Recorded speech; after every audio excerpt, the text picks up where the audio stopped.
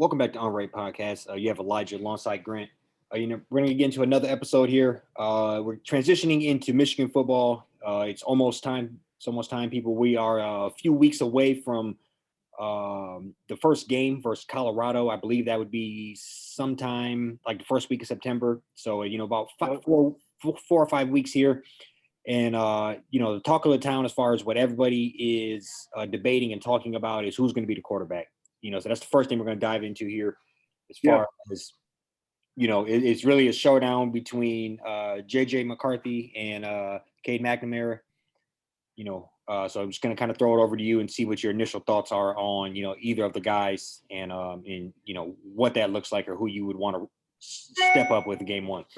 Yeah, we're in a tough spot, man. I'll be honest. I'll say we're in a tough spot, but I also would be surprised we kind of had this like two-headed monster quarterback thing going on again this year. But the reason why I do say I think we're in a tough spot is because if Cade wins that job, I'm pretty sure JJ probably gonna transfer or look to, potentially move on. I just feel like that's kind of what the landscape of college football looks like. Like somebody, 4-star, 5-star pops out somewhere, doesn't start as soon as they think they should. They kind of end up moving on, to like the next destination. Even though it does kind of seem like McCarthy's like a Michigan man through and through and is just really like bought in and just, it feels like he went there to, more for the school and just that environment and everything. But I think we have a little bit of a problem on our hands, or also like it's a kind of a good problem to have. So I'm kind of just on the fence with it overall. Like I think Cade proved himself to where it's like you can't just sit him down after going 12-1 last year. And we also know you got that Ferrari just waiting in the garage. That better arm talent, faster, just more talented. So we'll see what happens. And I'm just kind of curious to see, if Harbaugh is going to commit to somebody this year, or if he's going to just kind of have maybe more of like a 50-50 split, and like whoever's hot finishes the game after after halftime or whatever that kind of looks like. But he will have a few games, I think, too, to kind of figure it out if it comes down to that. But we'll see. Yeah, no. So I think you made a great analogy saying the Ferrari in the garage. Yeah. And I would say that is a great analogy. And the biggest question mark I have with that is, what's the terrain? It's kind of like, he was brought in last year and he looked great at flashes, and he also looked like a freshman in flashes. So you've seen the talent there, you've seen the arm talent. Week one, back across the shoulder, back across the field, probably maybe even a dumb throw, but he pulled it off. And and that just shows from week one, what he was working with. Just to try to dive into the numbers a little bit. I mean, obviously it's a smaller sample size, but a couple of things that stood out to me is Cade Mcnamara, 15 touchdowns, 6 picks last year, and that is with 327 total passes. He completed about 210. You go to JJ, 5 touchdowns, 2 picks with 59 passes. So it's just an interesting. Obviously, he's showing that he'll push the ball down the field. Obviously, some of that is when you're coming in the game. But I do think he's showing that he'll push the ball down the field and take more chances, and that will open the offense up. But also, I do think there is something with the precision and slow and steadiness of a Cade. That one thing he did very well for us last year that we haven't had is, with like let's say somebody like a Spade, who was a pretty solid quarterback for us, a better arm talent than Cade, bigger than Cade, made the offense look pretty good from time to time, but he turned it over. He fumbled. He always seemed to do the wrong thing at the wrong time and cost us a game. Versus Cade, who the top isn't there, but the bottom isn't very low either. He's a safe quarterback, and I think that is what you're going to get with him. You're going to get safety. You're going to get stability. He probably is not going to push the ball for 350 passing yards, 4 touchdowns. He's probably also not having that 2 or 3 interception game. He's going to keep it very, very steady and inch along. And I do think there is something to that. So I'm doing a lot of talking here, all to say I do think I would, if I was given the reign, I would want to start JJ week 1, and I would put Cade in as well. I would imagine we hopefully would wash them up to a certain degree, but I would want to see a little bit of both of them in there, at least get both of them, some action, get their toes wet, and on the season. But over the time, we need to see damn near perfect football for the first couple games from Cade, or sorry, from JJ. That's what I really need to see. Them first couple of games, we need accuracy, no turnovers, no blown coverages, like all not coverages, but no, like make sure you're pointing out missed assignments, or you're really having a mastery of the offense. That's what I need to really see in the first couple of weeks. If he comes out and let's say, hopefully we'll beat all of them. We're like 3-0, and he's at 6 touchdowns, 3 picks or something. I would think I would be a little comfortable going with the guy who's proven he can get you a Big Ten championship game, or get you to the Big Ten championship game and win it for you. So that's kind of, and he needs to kind of, really blow it away those first couple of games in order for me to feel confident to say, this is your team through and through. Yeah. I think the biggest thing of all this is like what kind of identity we're going to have. When I say that, we had Hassan Haskins last year. I'm pretty sure he carried the ball for over 25 times, at least 7 or 8 games last year. Probably over 20 times, at least, like almost every game. More because Corn was out as well, but he was getting that workload because we always talk about how you never seen. I mean, I don't think I ever saw him get tackled for a loss the entire season. I think like 150 of his carries was for a first down or something crazy like that. So, I think it kind of depends. Like, so now we have like Corum. He's a smaller, compact guy, but he's also more like a speedster. And this will kind of be his first year, kind of maybe trying to shoulder a little more of that load. We got Donovan Edwards behind him. We don't really have that like bell cow. Well, we'll see. I don't know if we're gonna have that bell cow to where, we're just able to kind of like I think how Cade played kind of fit better with our identity last year. But this year, we got Ronnie Bell coming back. We got and Andre Anthony. We got some freshman receivers that's going to be pretty good. Roman Wilson. So a lot of guys are really to be able to get the ball around to in space and just kind of let them let them work. So I just kind of feel like my hope is that we're kind of like run first still, and just really making sure that we are focusing on that. And I could be wrong when I say this, but I do just kind of feel like I would love to, with the receiver talent we have, I would love to see JJ out there really just like throwing it all over the place. So it'll just kind of be interesting to see, how much more they look to do that with him. And then what it looks like, if that's gonna be like Cade up controls. And it's crazy, man, because like, Cade, he struggled here and there, to start the season off. Had a couple games where he barely threw, but like we didn't really need it. But it's still like, he wasn't really keeping the defense honest. But I feel like as the year went on, he started to definitely improve and get more comfortable. And Amanda is 12-2, 13-2, something like that. I mean, he's got the record to show for it. So it's a tough spot. But it'll be interesting to see just kind of like where our strengths lie. You know what I'm saying? Like if we whether it's gonna be like run game, which I'm confident we'll be able to like contribute, do pretty well in that side of things, or if we just got, if they feel like we can just if our receivers can beat everybody that comes up or lines up in front of them, I think that's something to kind of think of too as who to go to. Yeah. No, I think I don't know. It really is just kind of like you said. If you back to the running back issue in particular is what I was going to say. I don't know if either one of those guys you can consistently give the ball to 25 times. Yeah. I think both of them are kind of in this more of a step back category, Mm-hmm. So, and not to say I'll be the first to admit I'm not fully sure who the third string is, and I do know that there's ways around that as well, to a certain right. But you could, if you even have a very serviceable third guy, he could work his way in, and he's been known to, Cade Hill was our goal line running back for a while, so I just think, he does always find a way to do unorthodox things to run the ball from time to time.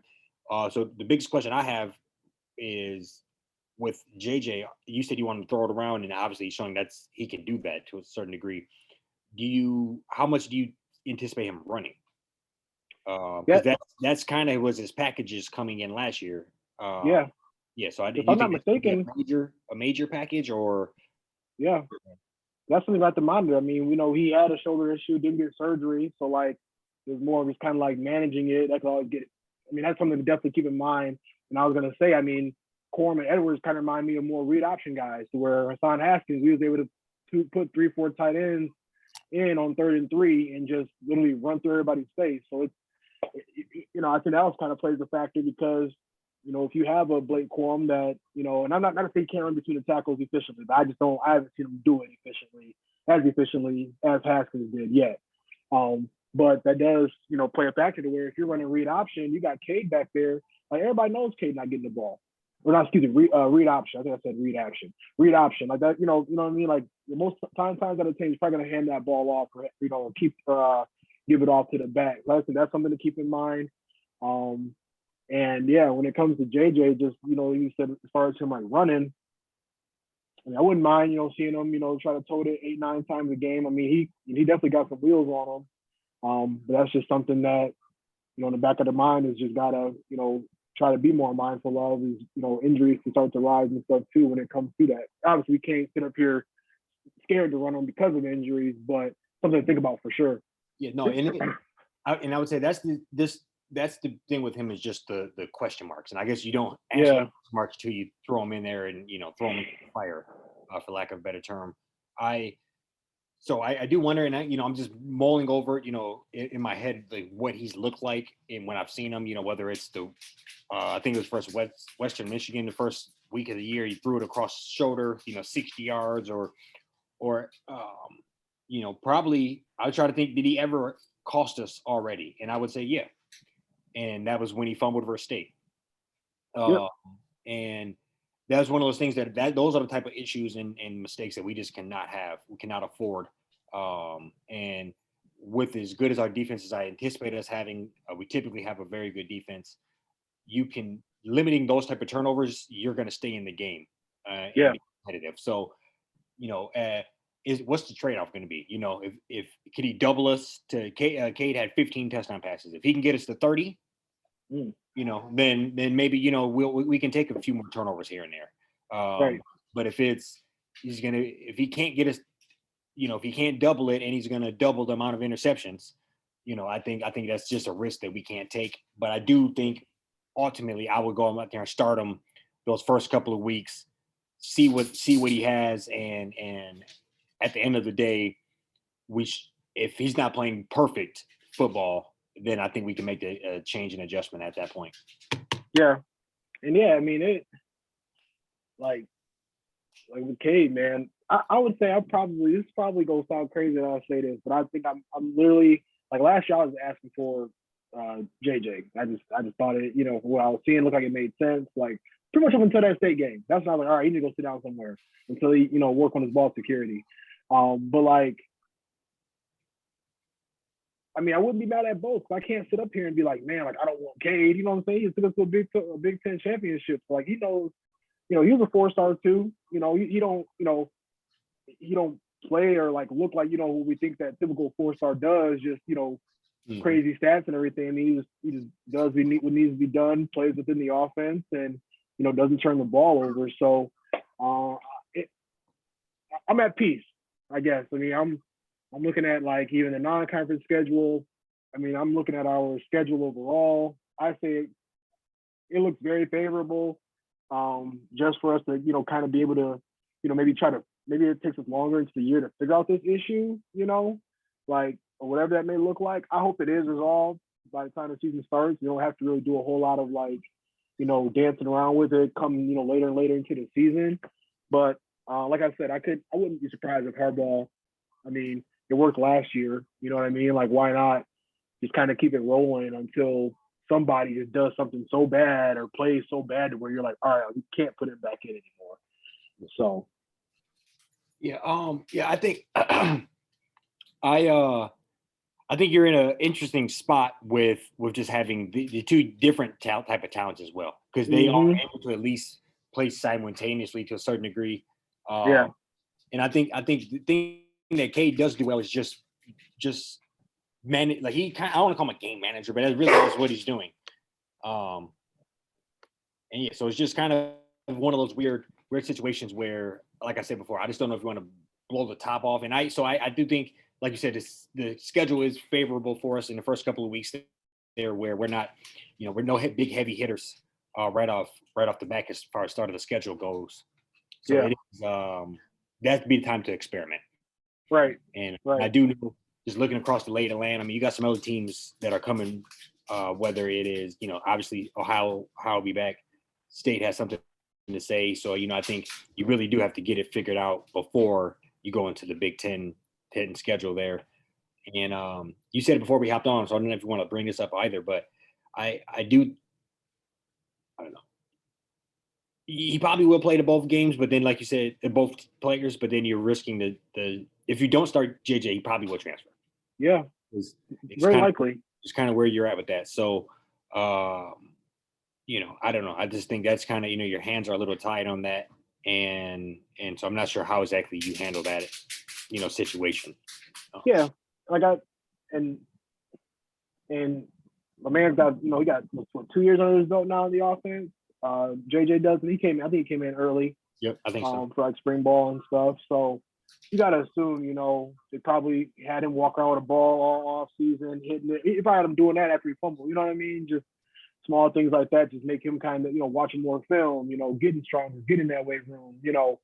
I'm confident that he's, they got him doing everything they need him to do and helping him out everywhere they can to, set him up for success and eliminate those turnovers. And I think if that, just that alone, I guess I'd be cool with it if they kind of went with him. And like you said, hands are tied, but we also have just like, we got the Ferrari, we got the Honda, got the shiny new toy, we got Mr. Reliable.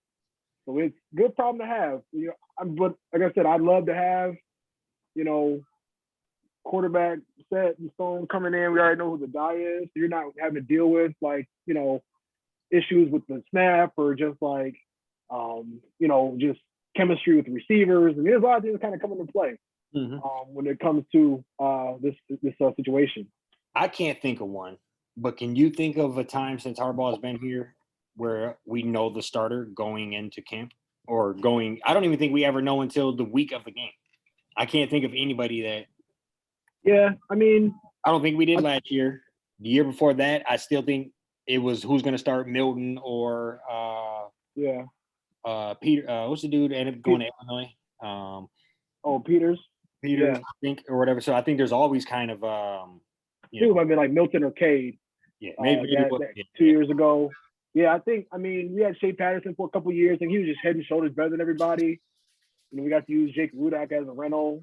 I think he was head and shoulders better than everybody when Harbaugh first kind of got there. Spate. Horn started. No. Yeah, we had that 1 year, where Spate, O'Corn, and all them guys were starting because everybody was getting hurt. Spate broke his back or something, and then we ended up losing that game, that rainy game at MSU when against MSU, and O'Corn was in there acting all crazy and couldn't move a ball at all. Yeah, I was actually at that game. We still could have won and we dropped it. But let's not bring it to pass here. Right. But yeah, no, you're right. He does that's just, he's a weird dude. He try to every advantage competitively he takes advantage of. So like you said, and I wouldn't be surprised. In this case in particular, it makes sense to foster, even if you do kind of know, to foster that competition, because it will only, still sharpen steel. So I do think if they're both, unless people, and then sometimes it could be a lot of talk. Sometimes people in camp and they know who's better than who. Right. Outside people might not be totally privy, but the team may know.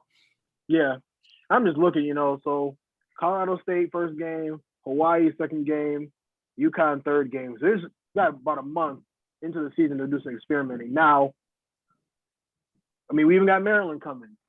But we go to Iowa October 1st, and that shit better be figured out by the time we go to Iowa. I feel like that has to be, things always get weird down there. We cost ourselves a trip to the Big Ten championship a few years back, losing a game down there. or not even cost us. I mean, they was definitely cheating quite a bit that game. But it's got to be addressed. In that first month, and we say it's got to be addressed. But like I said, I wouldn't be surprised if he just had, maybe it was like 50-50 split and just kind of letting the guy with the hot hand, take over and just, give them the keys after halftime or something and just kind of let them finish the game off. So we'll see though. We'll see. I'll be interested to see if him do that. I truthfully don't know if that's always a recipe for. I don't know if it works. Mm-hmm. I can't think of a time where it really truly worked without like just being like situational packages, Right. But yeah, no, I do think. We got a battle on our hands, so it's gonna be a good one. I'm so looking forward to the season. And I just hope they're firing on all cylinders and get it right. Come Big Ten time. Yeah, favorable schedule, and that's I guess I'm looking at this. I mean, after Iowa, at Indiana, Penn State, MSU, Rutgers, Nebraska, Illinois, Ohio. That should be 11-0 or 10-1 at the least, at worst, going into that Thanksgiving weekend. So we'll see what happens. But yeah, so just kind of shift gears here. Talk about something that happened a little bit earlier this summer that we just never really got a chance to chat about. Was the Big Ten has been expanding. So we have USC and UCLA. They've come join the Big Ten family. I'll be excited to give them a warm welcome. I believe it starts next year, if I'm not mistaken. I think it's either next year or the year after where it's going to be. I think 2024. Official. Yep. Yeah. So, I'll shoot it back to you. Like, what are your thoughts? I mean, I've said it before. I always feel like USC, or UCLA, having Los Angeles in your conference in general is going to just do wonders, for the conference. I can't wait to try to, set up a game, set up a time to go out to LA and watch Michigan play. Watch them come play at the big house, whatever that kind of, watch USC or UCLA come and play the big house. I think it's just dope. But just want to, kind of get your thoughts on it and what you see going forward as a whole when it comes to the conference overall. Yeah, no. So obviously, mostly on this podcast, we typically, and it's all based around sports. But I think a lot of these moves have a little or minor to do with sports and more to do with the money behind it all. And that is a perfect case with this. The Big Ten is one of the more older conferences in all of sports. They bring in more money than a lot of other conferences, probably up there with just the SEC and the Big Ten. Story franchises, whether it's us or whether it's Ohio or, even if you want to throw other teams in there that just have runs like a Michigan State or a Wisconsin or, so we're very, we're one of the better conferences. So I do like that we're taking the time to really grow this and not because what's going to happen and what is already happening to other conferences, they're getting rated. And I think that's something that I would hate to see happen in the Big Ten. And this is an offensive move versus a defensive move. Getting the Pac-12 losing USC and UCLA is literally the equivalent of the Big Ten losing like Michigan and Ohio State. They're two historic franchises. Those are, franchises. It's no longer college football. It's no longer student athletes. We are franchises. The program, but that and USC, like whether we're saying this jokingly, but they're always been when they were real good with the Reggie Bush era and all that. They joked about how that was a Hollywood town, and there was Snoop would be on the sideline or at practices, and they were hanging out, and so that's what you get when that team is firing on all cylinders, and that's now incorporated within the Big Ten, and so I think it's only going to help all parties involved. That as far as TV now, Michigan players or Ohio State players or Wisconsin or Purdue, whoever players are going to be on in everybody's living room in California. And the same with those young men that are playing on those teams are going to be on TVs across Detroit and Chicago and Cleveland. And that is that only helps them when it comes to them NIL deals and when it comes to just recruiting for us. That opens up the West Coast a little. Michigan always does well with getting players out west. Yeah. That's only going to open the door when we say, hey, you're going to have 2 games in your own backyard every couple of years. So I just think that's all around. It's a good thing. And I just really look forward to the Big Ten like stepping up to the challenge, because I really get frustrated with just everybody bowing to the SEC. And I really think that's what this is shaping up to be kind of the battle of those two teams, those two, maybe a couple of mega conferences. And I like that Michigan is shaping up, or the Big Ten is shaping up to be one of those mega conferences and not get rated. Because a few years ago, we still were possibly in the rated category where somebody could get ducked off. But I think that would just mess up everything going forward. Keeping them borders tight, and everybody that we're people are coming in, and we're not letting people seep out. Yeah. No, the domino effect from this is going to be crazy. I mean, I could see us,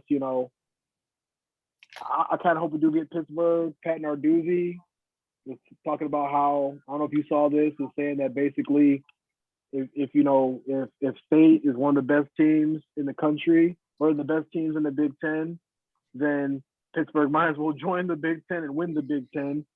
After I know Pickett didn't play, but this was after they lost to State, in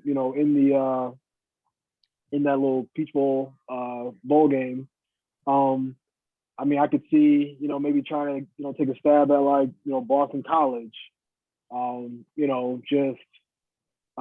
like North Carolina. That would be a huge, I mean, we literally would have like 3 to 4 like blue bloods just from a basketball standpoint in the conference.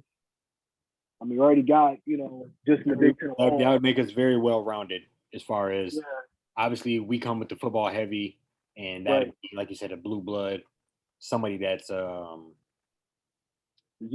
too. They're pretty good at basketball. Very true. And then you bring those conferences, those Big Ten conference. Oh my God! Like in downtown Detroit, when you got USC and North Carolina, and oh my God, that'd be, can you name a better time for that? But I just think in general, the Big Ten is making the aggressive moves, and and you got to be in growth mode and expansion mode. You can't sit back on your morals and say, hey, we are who we are. Right. And I mean, the baseball games are gonna be crazy. I'm just kidding. Nobody cares about baseball. This is all centered around football and basketball. That's all that. I mean, being real, pretty much all that matters in college. I mean, both those sports are played, during that November to April time frame. They just ultimately get the most attention because they bring in the most money. Of course, everybody knows that. But yeah, I mean, I just think, just from like a bigger lens, I'd love to get us, see if we can get Pittsburgh and North Carolina, maybe like Boston College. Before we got talking, I said I read Georgia Tech. It's about Georgia Tech. It'll be interesting to see what a school like Clemson does. If they want to go, I'd love to see Dabo try to test his waters test the waters in the SEC. Also wouldn't be mad about, them coming over to join us. I mean, that would just make things that much more competitive, as a whole. And the thing that nobody's mentioning, or that we haven't mentioned, that needs to happen and they need to finally grow up is Notre Dame. Oh yeah. They don't want to get rid of that TV deal. Come on over, but come on over. I don't even know, like, how does that TV? I mean, I don't know. I don't know how this TV deals kind of work, anyways. But I just never understood as to like why that stops them from joining the Big Ten. Is that just because they'd have to like automatically be on like the Big Ten network and couldn't be supported by both? Right now, the Big Ten gets a TV deal, and they divide the money up amongst the teams, and they're saying our pie is bigger being by ourselves. Yeah, you're not wrong. Yeah. But I've recently read that with the new TV deal that they're going to negotiate with USC and UCLA in there and all that other stuff, that this pie would probably be bigger than theirs. Enough to match that? Yeah. Okay. And they got to keep in mind what they would also bring to the table once they enter as well. So, that's only going to help the TV deal that you'll be now a part of. Yeah. But it's also giving them power. They are NBC. They have. It makes sense. They get the best camera. I don't know how every game looked like. They had HD games for the last, or 4K games for the last 20 years because they get the best privilege. So I do, a lot comes with being a darling of a major news network, station. And like you said, it's inevitable now. I mean, they always mess around and play like 2 or 3 Big Ten teams a year. I think they kick off at Ohio State this year. They play USC every year. Like I said, they end up playing a couple of teams out of our conference to begin with, so it just makes sense. Yeah, and I'm just brainstorming here. But I mean, you could try to play hardball with them and just say, well, if you're not going to join, we won't allow you to play any of our teams. Ooh. But then you're probably really just pushing them to another conference. That's all what you're really doing. It probably would have backfired, but that'd be one way to say, well, if you're not going to join us, you're not going to benefit from playing Ohio State or Michigan State or Purdue or whoever, because we only work with people with it, Right. And what's interesting about that is, and I know this is just more COVID related because Big Ten was at the point where they weren't going to play any games for football season, but I mean, they ended up joining the ACC. And ended up, going to the I think they won it outright, and then went to the, the ACC championship, ended up losing. But, I mean, I think they're already, maybe that's in the back of their mind, the way they feel like they might be more competitive, in a conference like that, rather than trying to come dance with us, year in and year out on top of playing. I mean, they had to play the competition across the board would just be a lot higher than what it is now, because they do play tough schools here and there, but they definitely, they'd be more playing like the Armies and the Navies and the, Air Forces, that to where, I mean, those teams can always show up and beat anybody any given time, but like, that's a lot different than seeing Wisconsin every year, seeing Iowa every year, I mean, I would even say seeing Northwestern, like, we have I know a lot of these teams don't really get that credit because they all getting beat up on, by the top dogs in the conference, but, that would raise the level of competition for them pretty aggressively to where, maybe for them, they're like, well, we'll see what the ACC is talking about and maybe take a look at that and kind of see what that number kind of looks like rather than, coming with us. I mean, we ain't going to play them. We're not supposed to play them again until, 2025 or 2030 or something crazy like that.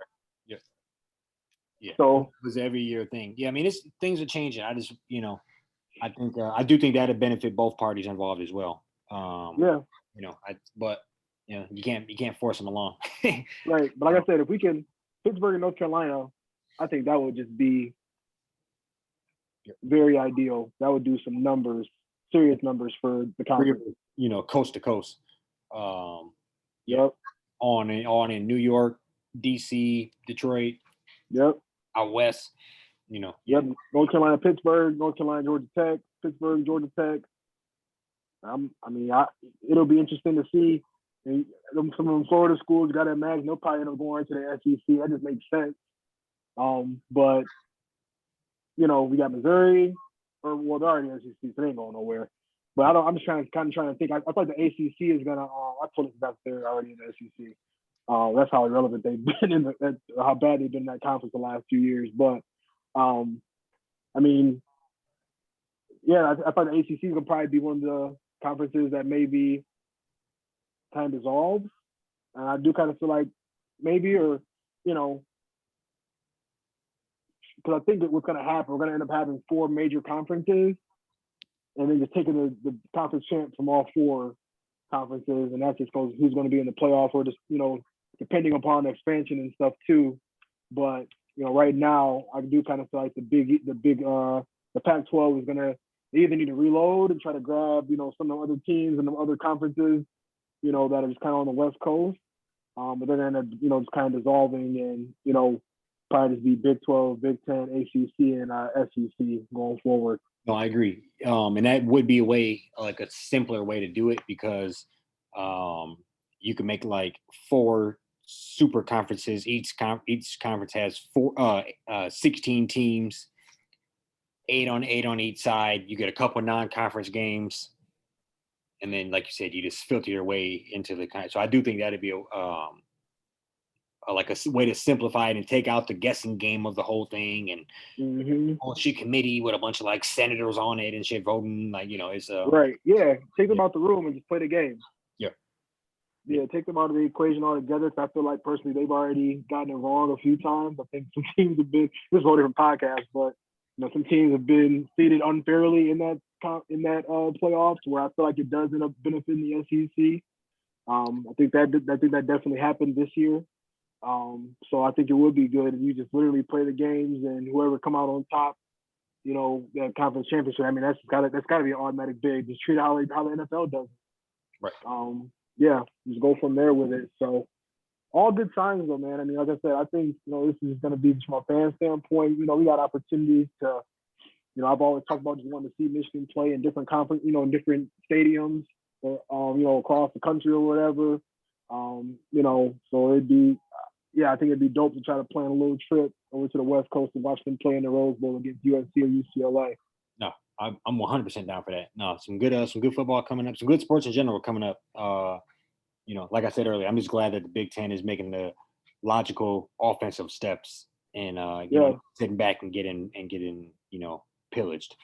Right. Now I'll even ask you, so son, I mean, I think for me, I just think like the NFL is the NFL, the NBA is the NBA, those are the best of the best athletes. We know, I think everybody's kind of like the favorite ends up being college because it is more of like that, kid just playing for the, name on the front, not the name on the back, whatever, however you look at it. I just think, college always kind of tends to be that more like live, like, something that people being more kind of gravitate and stick to. I guess, like, what do you think as far as just like, are they kind of putting themselves up there with almost kind of maybe mimicking, what the league will look like in a sense when it comes to, just the different expansion of conferences and stuff? Or you think they're to the point where now they're almost kind of like separating themselves from being like the, with college football, because they kind of find a way to be like top dog when it comes to like the most, I don't know. I mean, you obviously got fantasy football and stuff in the NFL, a lot more going with that and stuff. They play on, you know what I'm saying? Like they offset each other. I don't know. Maybe this is kind of like an odd question to ask, but no, I mean, I guess I see what you're saying. I do think, I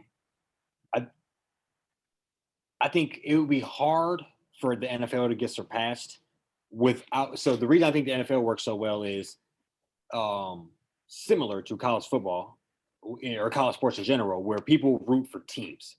Yeah. The NBA is kind of a little more player based, but we're rooting for the Lions, regardless of who got that jersey on.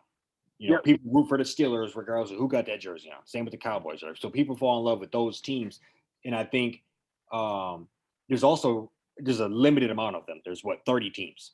Mm-hmm. So I do think if you can maybe potentially limit the pool where, like you said, if there's like 4 conferences with 16 teams each, or that'd be 30, that'd be 64 teams. That at least limits the amount of like right now it's hard to keep track with everybody unless you watch your own team. But if they can highlight those players and make like a fantasy league for just those 4 conferences and that type of stuff, then I think you are I do think those are avenues you could take to begin to close that gap a little bit. But I mean, the NFL really is top dog. I mean, they like this is a whole nother podcast, but I mean, they went through all the controversy with the kneeling and the players getting treated wrong and all that stuff. And, they did brush it off and kept chugging along. And, they suffered for a moment. But then it kind of, had everybody mad at them. They had, people mad at them for having the players kneel. They had people mad at them for not supporting the players kneeling. And somehow the ratings didn't really suffer all that much. So I said, they found that CTE thing. They seemed really invincible. So I do think they have, and another thing, just kind of come up with points here, but just another thing I think they have going for them is if you watch college football at all, you familiarize yourself with the players, and then you want to watch those players in the pros. Mm-hmm. So we're both pretty good college football fans. We didn't get to watch a lot of Lamar Jackson in college, but I know I could probably catch him every week for a little bit. So one of those type of deals. They also have that where you familiarize yourself with players and watch them grow over time. Fantasy football, all the betting, That's a good call. It is interesting though, right? Because I'm just like, man, like, I mean, I just think about like, the Michigan versus UCLA basketball and football, Michigan versus USC basketball and football, UCLA against State. Like I said, we start to expand more. I mean, it'll be crazy that like, it's a possibility that like USC playing MSU, and all the Big Ten teams like consistently. That's what's going to be a part of the norm now. Right. And I think one thing it even kind of help out with too. Obviously, going to have like that noon kickoff and everything, but a lot of those bigger games, it might end up kind of coming on a little, maybe a little bit more like earlier in the day here and there. Just from like a scheduling standpoint, I'm just kind of spitballing here and there as far as just with the East Coast versus the West Coast, and also might not work in our favor just because they might have games on later at night here and there just because it is over on the West Coast. I'm sure USC UCLA will be trying to fight for their 8:30 prime time slots or 7 o'clock, 6 o'clock slots, whatever that looks like. Watching Michigan play USC at 10:15 and if that game if that ever gets scheduled, like they need to fire whoever approved of that because that's got to be 5 o'clock West Coast time on the nose. Has to be. So, but no, I mean, like I said, you said, all good stuff. I mean, I think, that's good to just, have some dialogue around that and just, I mean, what's to come, and what's so crazy to me that amazes me is like, I thought these schools were in like contracts. I think like big Oklahoma and Texas kind of have a couple like years left in their contract or something like that, so they can actually make the move. But like, it was just a casual notification, like USC UCLA coming to Big Ten next year. I'm like, what? Like, I didn't know it was like that easy. Like, you know what I'm saying? So, yeah, that just shows me that, I mean, like I said earlier, domino effect. So now it's just kind of sitting back and waiting, who will decide to make their next move. And as we start to kind of see these super conferences form, it's just an exciting time in college sports overall. Yeah, no, I think they're gonna have ripple effects that we can't exactly put our finger on now. But I do think in general, with the players being able to get paid now, it's only going to increase the pie as far as what everything looks like. And I think it is a business. So I do think it's just that's what they're all doing really. It's just fighting for viewership, fighting for eyes, fighting for dollars, the wallets, and this is just kind of like the nitty gritty behind the scenes that gets us to good football moving forward. And as a Big Ten fan, I'm just glad that we're in the driver's seat. Because I think there's a moment if you're an ACC fan right now, you got to be kind of shit in the bed. That that anybody can get. I mean, I think it's for the Florida schools. Other than Clemson wanting to be the top dog. Yeah. What's stopping them from running to the SEC? I mean, they and those type of things like that have to. Miami, Florida State. I mean, you got to imagine them Florida schools joining the SEC at some point. Like I think it's inevitable. Agreed. So another thing, just kind of put a button on it. These are no longer student athletes. These are full blown. These are professionals that just can't go to the league, unless they're 3 years removed. Right. So I just, I don't think it'll be anything as far as like, players trying to join the XFL because I mean they can obviously get quite a bit of money still playing in college, but like you said before you even hopped on, I mean I was kind of talking about the schedule and how that'll kind of look, but I mean it ain't gonna be nothing for them to pull these kids out of school for a week and a half just to make sure they got all the time in the world they need to prepare, for that East Coast opponent that they got to play later in the week. So it'll be interesting. Yeah, no, for sure. I'm just looking forward to looking. I'm sure and then the matchups they can make. I'm looking forward to it. A couple years from now we'll be hopefully they'll send them out here first. Hopefully. Right, yeah. Get them to see. That's the way to get them settled in. They got to come see Michigan State, or Ohio. Hey, and this is a whole side note, but we can hop off here. But a lot of them kids ain't never been to Michigan in November. Oh yeah. Oh yeah, so it's gonna be a little rude awakening. I mean, you saw Sean look like a that snow last year up in Ann Arbor. He's from the East West Coast. Yep. So that's gotta So you gotta imagine some of the kids that stayed over there, played over there their whole life. End up coming and messing around with Minnesota, Wisconsin in mid-November. Yeah, that could not be a little bit of a challenge adjusted for them too. So yeah. Sure. You got anything else for the people? all I got, man. So I'm excited for football season to be around the corner. We'll be coming to you more with more Michigan content and also Lions content in the next few weeks. Yes, sir. We'll be back at it.